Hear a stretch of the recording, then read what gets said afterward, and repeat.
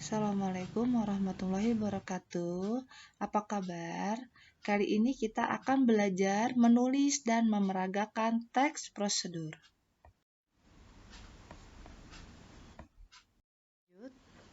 Bagaimanakah cara menulis teks prosedur?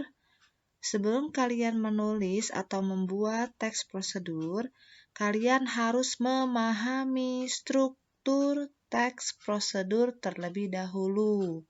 Apa itu struktur? Struktur itu bagian-bagian dari teks prosedur. Kalau kalian sudah paham bagian-bagiannya, kalian baru bisa menulis atau membuat teks prosedur. Teks prosedur ada 3 jenis ya. Yang pertama, teks prosedur cara membuat sesuatu, teks prosedur cara melakukan sesuatu, dan teks prosedur cara menggunakan sesuatu. Yang Ibu bahas pertama, struktur teks prosedur cara membuat sesuatu. Yang pertama ada judul. Misalnya, judulnya cara membuat nasi goreng, judul ya.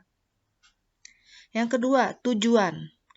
Tujuan itu biasanya terletak di awal, ya, berisi pendahuluan atau pengantar.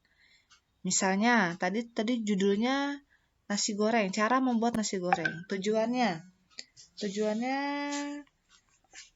nasi goreng merupakan salah satu makanan favorit orang Indonesia. Kita dapat membuat nasi goreng dengan memperhatikan gizi, sehingga kita bisa sarapan dengan sehat, misalnya. Itu pendahuluan. Nah, yang ketiga, bahan dan alat. Bahannya apa saja? Ingat, bahan itu yang habis dipakai, misalnya cabai, bawang, beras, air, ya, dan lain-lain. Alat itu alatnya apa misalnya? Mangkok, sendok, gelas, timbangan, kompor, wajan, misalnya. Yang keempat, langkah. Langkah berisi urutan langkah secara rinci per tahap. Misalkan langkah 1, cuci beras. Misalkan langkah 2, potong-potong cabai. Misalkan langkah 3, masukkan air, misalnya, dan seterusnya. Yang kelima, penutup. Penutup itu bisa ada, bisa tidak, ya.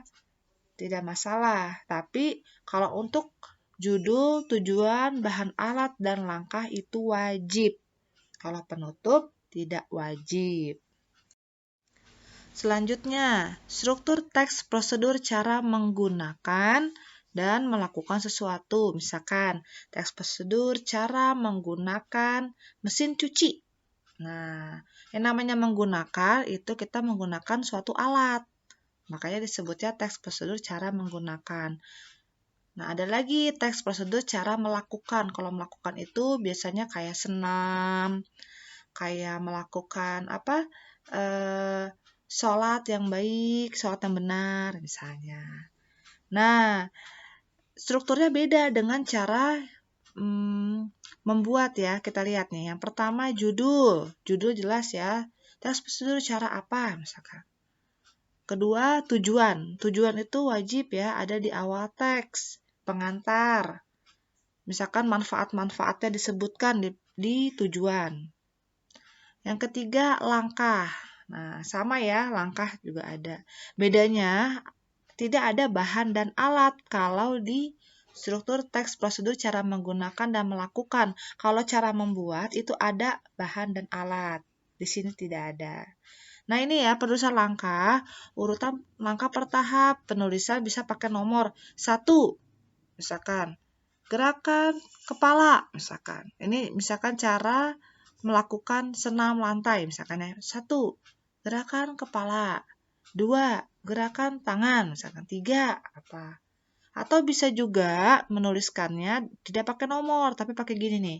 Ke-1, gerakan kepala. Kedua, gerakan tangan. Ketiga, dan seterusnya. Atau bisa juga dengan urutan waktu. Sekarang kita gerakan kepala. Kemudian gerakan tangan. Setelah itu gerakan kaki, misalnya. Jadi penulisan ada 3 jenis ya, bisa pakai nomor, bisa pakai urutan ke-1, kedua, ketiga, bentuknya paragraf, atau bisa juga urutan waktu, sekarang, kemudian setelah itu. Nah, yang keempat penutup. Penutup itu bisa ada, bisa tidak. Nah, ini ya, yang membedakan struktur teks, prosedur cara membuat dengan teks prosedur cara menggunakan dan melakukan sesuatu terletak di bahan dan alat. Pada teks cara membuat ada bahan dan alat.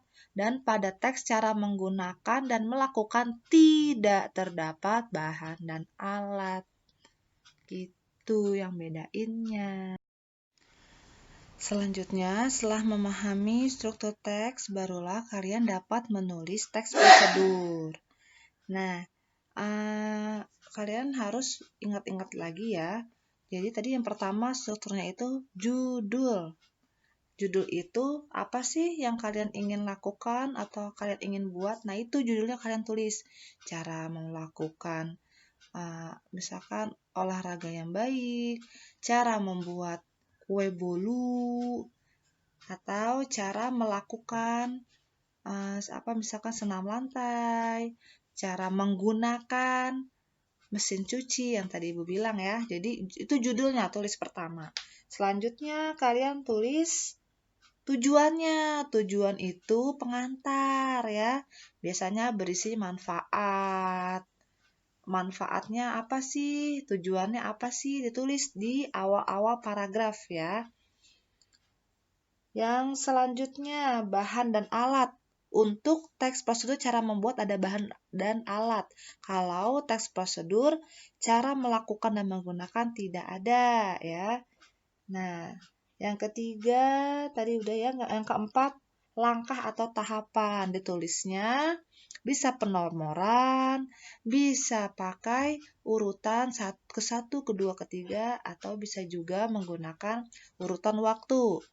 Setelah ini, kemudian selanjutnya gitu ya. Nah, yang keempat itu atau yang terakhir, salah ya Ibu ya, yang kelima ya, itu penutup. Penutup itu bisa ada, bisa tidak. Terima kasih. Tinggal tugasnya kalian pilih salah satu ya. Mau teks apa, satu saja. Boleh cara membuat, cara melakukan, atau cara menggunakan. Tulis di buku kalian, untuk pengumpulannya akan diinformasikan lebih lanjut. Terima kasih.